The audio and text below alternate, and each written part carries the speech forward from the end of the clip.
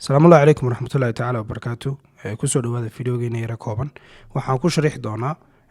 topic كمية topic كده معركة لجو برتا CSS كاسو مركز سيا Flexbox. دبعت كفيديو جن وحده بود يعني دون تاينات concept good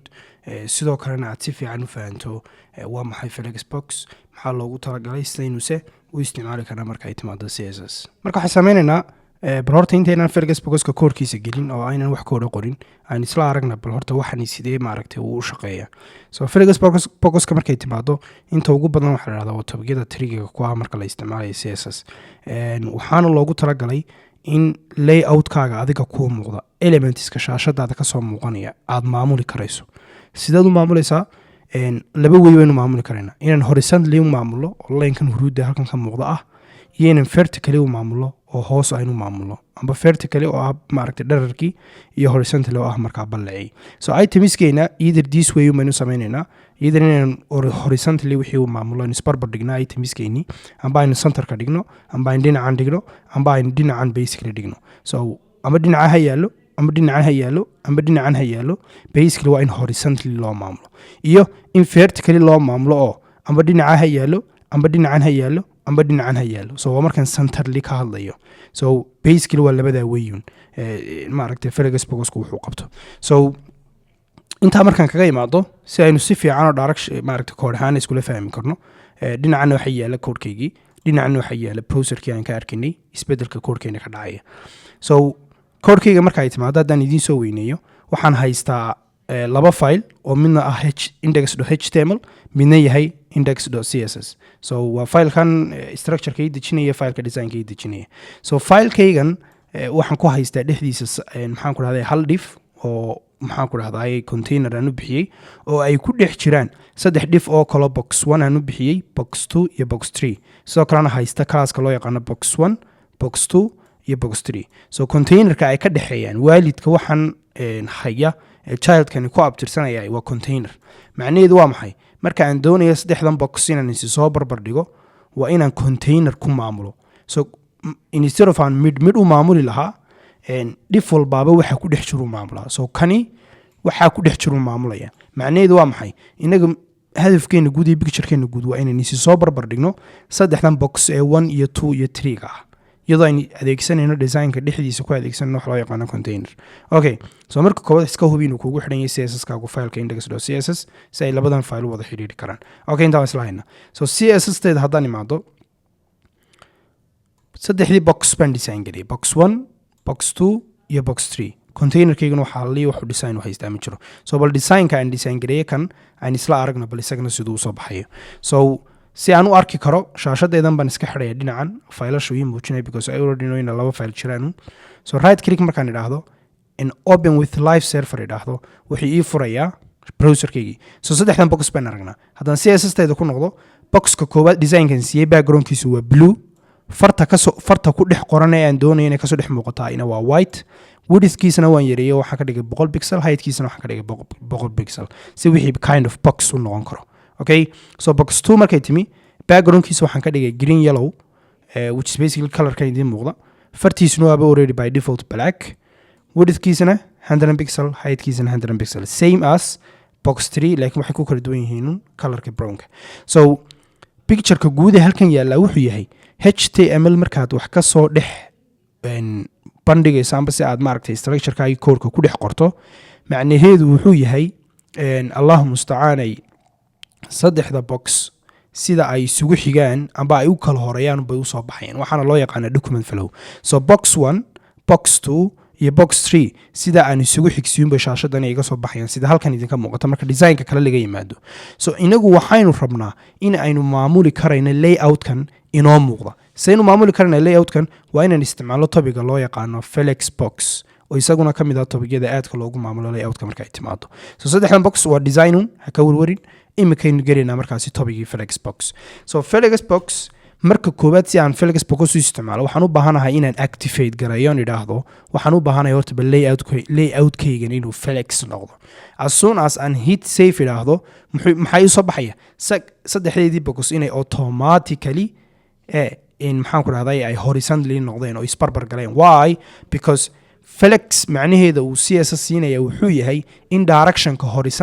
horizontally laga dhigo meesha wax loo soconayo. So haddaan sawirkeeni soo furo, directionku by default wuxuu haystaa horizontally by default. So sababtaasay iminka saddexduba isku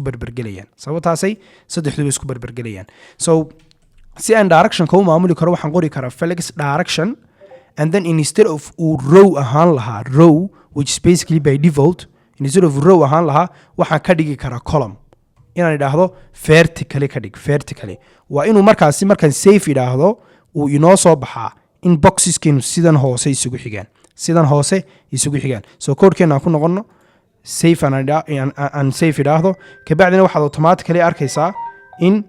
maxaan ku dhahdaa boxeskeeni ay vertically hoos galeen. So haddii aan halkaa row ku celiyo waa inay horizontally isbarbar galaan. So taasina waa way aan directionka u maamuli karno boxeskeena, amba directionka u maamuli karno any element leh parent. marka parentkeenu mar walba maamulayna. So macalima row iyo column baa jira, may row reverse baa jira.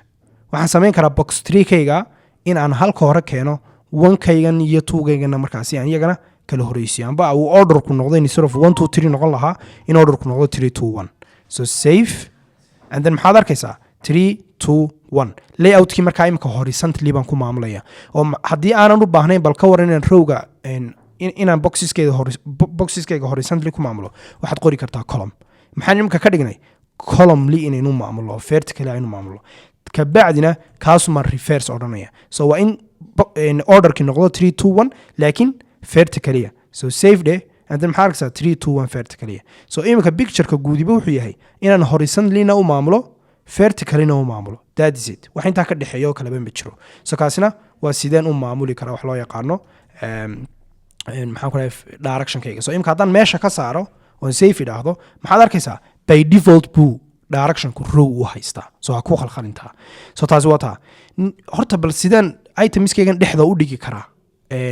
amba aan dhinacaan u dhigi karaa ay imika by default u yaalaan, amba aan dhexda u geyn karaa, amba aan dhinaca ugu dambaysa u geyn karaa. waxaad u geyn kartaa inaad isticmaasho property loo yaqaano justify content. Justify contentku wuxuu ka shaqeeyaa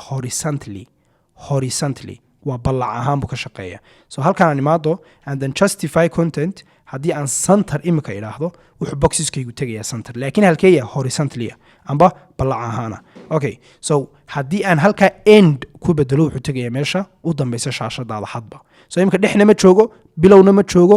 end buu joogaa. taa end cagsigeedu muxuu noqonayaa start, in wixii lasoo bilaabo. So halkii boxesku markii hore ka bilaabmeen ayuu imanaya. waa horizontally saynu maamuli karnaa. So bal horizontally waynu maamulnay, sidaynu dherer ahaanna u maamuli karnaa. dherer ahaan waxaynu maamuli karnaa inaynu isticmaalno wax loo yaqaano align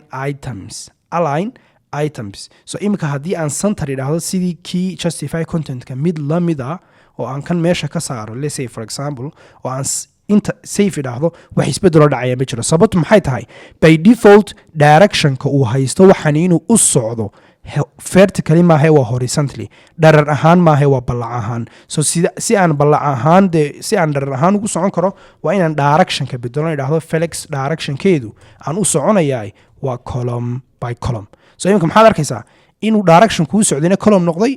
instead of uu columnku halkan ooli lahaana waxa laga dhigay dhexda. Why? Because align itemski waxa ku center gareeyay center. taa waa haynaa soo ma. So taasi waa basic amazing way.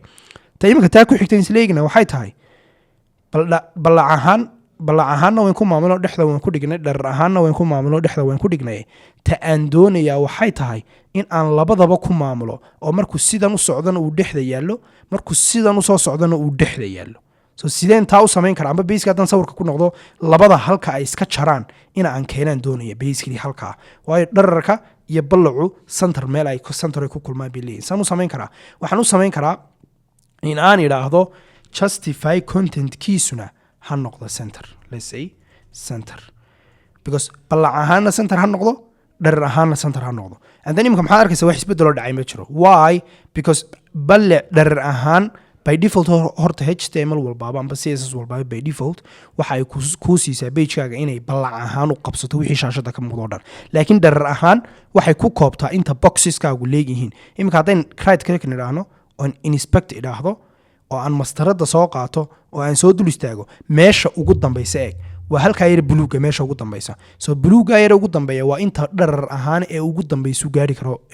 maxaan ku raahdaa shaashadaadu so si aan taas u dhicin waa inaan height-kiisa siiyo boqolkiiba VH in hore soo dhiganay so boqolkiiba VH viewport height baa loo yaqaanaa oo inta web page-kaaga screen-kaaga ka muuqata dherarkeeda oo dhan boqolkiiba boqol buu qaadanaya so save day and then maxaad arkaysaa in itemskeeni now ay joogaan dhexda why because horta page-keenu marka guudba boqolkiiba boqol dharar ahaan iyo boqolkiiba boqol balac ahaan buu haystaa and then imika itemskeenina way ku dhex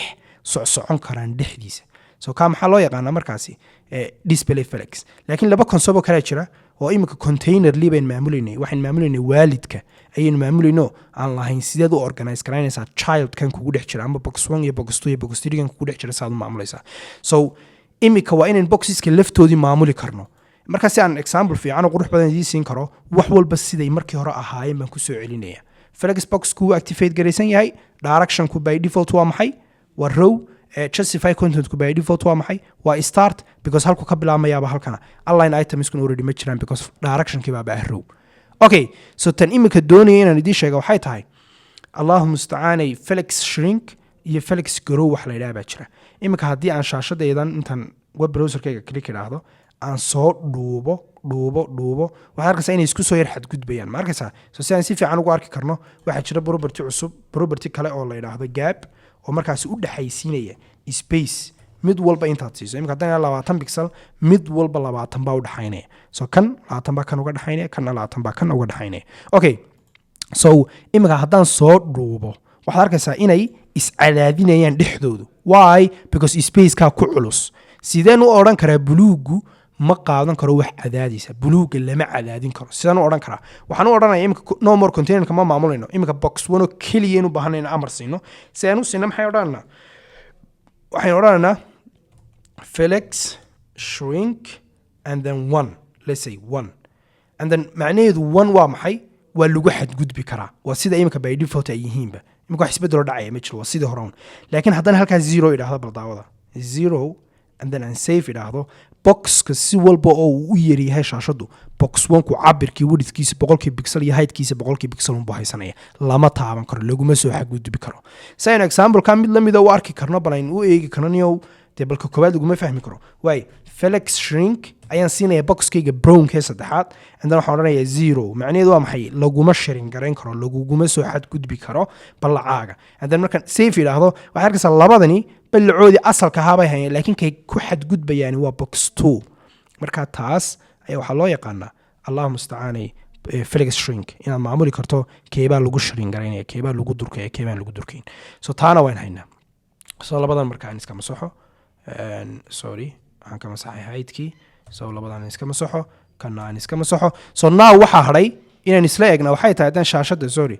haddaan shaashada dhinaceeda hore ku celiyo oo aan dhinaceedii sare geeyo waxa imka ay tahay inaan isla eegna waxay tahay wax loo yaqaan flex grow flex grow muxuu kaga duwan yahay shrinka waxaan laguma soo xadgudbi karo isagaynu ilaalinaynay soo ma xuquuqdiisa imka waxaan doonayaa inaan niraahno adiga laftaadan doonaya inaad xadgudubto imka space dhan oo dhinacaasa banaan soo maaha waxaan doonayaa inaan niraahdo boxka koobaad ee buluuga waxaad ku garow garaysaa waxaad ku durugtaa waxaad ku korodhaa spaceka banaan in la eg let's say 1 let's say so ka koobaad muxuu sameeynaya haddaad 1 ba qorto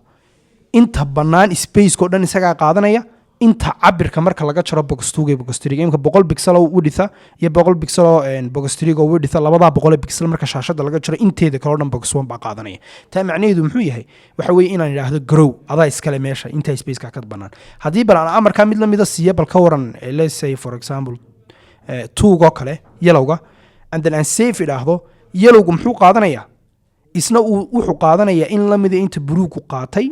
box 3 gana waxa loo ilaalinayaa un boqolka hadii aan si kala u idhaahdo boqolka pixel ee halkan ku jira ee uu 3 gani haysto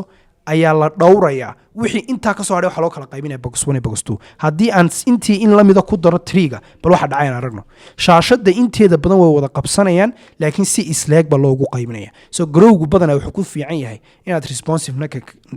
responsiveness ka fikirayso aad kaga fikirto isaga basically so videogan intaas aan ku soo koobi doonaa I hope inaad inuu ka faahfaahintay Flexbox wax ma aragtay la xiriira oo ma aragtay maamulideeda layout-ka so salaamu alaykum warahmatullahi ta'ala wabarakatuh